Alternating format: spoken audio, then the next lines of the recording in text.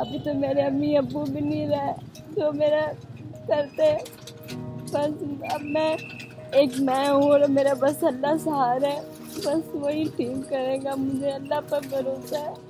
मेरा कोई इलाज करवा दो।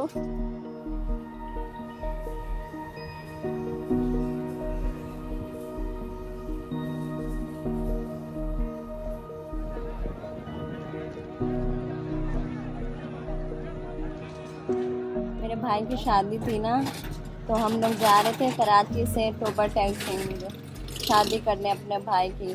तो फिर जब कोटरी है ना, कोटरी उधर हादसा हुआ। ट्रेन ना, मतलब एक ट्रेन आई और दूसरी ट्रेन आई, वो दोनों मतलब आपस में हो गई, तो वो हादसा हो गया। उसमें मेरी दोनों टांग टूट गई हैं और मेरा ये बाजू टूट गया है।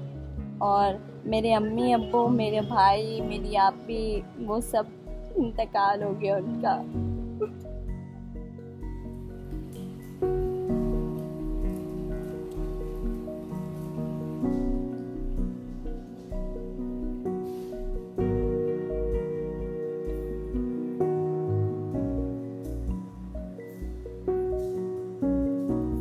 वो रेलवे अस्पताल सरकारी है, लेकिन उन्होंने वाजिया कह दिया कि हमारे पास डॉक्टर नहीं है, तो हम इसका इलाज यहाँ पे नहीं कर सकते। हम आपको रिहाइश दे सकते हैं या कन्वेंस दे सकते हैं। मसला है कि बार बार बच्ची बहुत शदीद ज़ख्मी है, उसको ले जाने में आने में बड़ी तकलीफ होती है, परेशानी होती है, क्योंकि लाजमी है रोडों में जंप है, पहले से उसकी टांगें टूटी हुई हैं, तो मजीद ना कोई मसला। हम चाह रहे हैं कि परमानेंट किसी अस्पताल में, PN शफा है, अच्छे अच्छे हॉस्पिटल हैं, आगा अस्पताल है, ये अगर जना में भी दिया जाए तो हमें इतराज़ नहीं है, लेकिन कोई अच्छा रूम दिया जाए ताकि AC में बच्ची के जख्म ना ख़राब हों। हम इसलिए कह रहे हैं।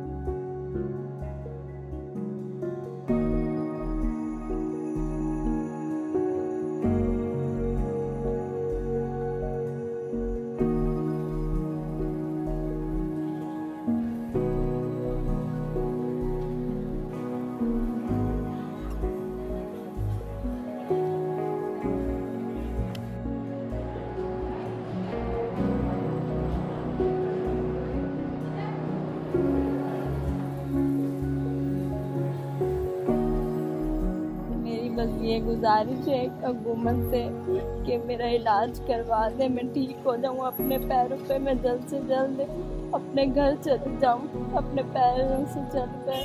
बस यही गुजारिश है कि मैं बिल्कुल ठीक हो जाऊँ।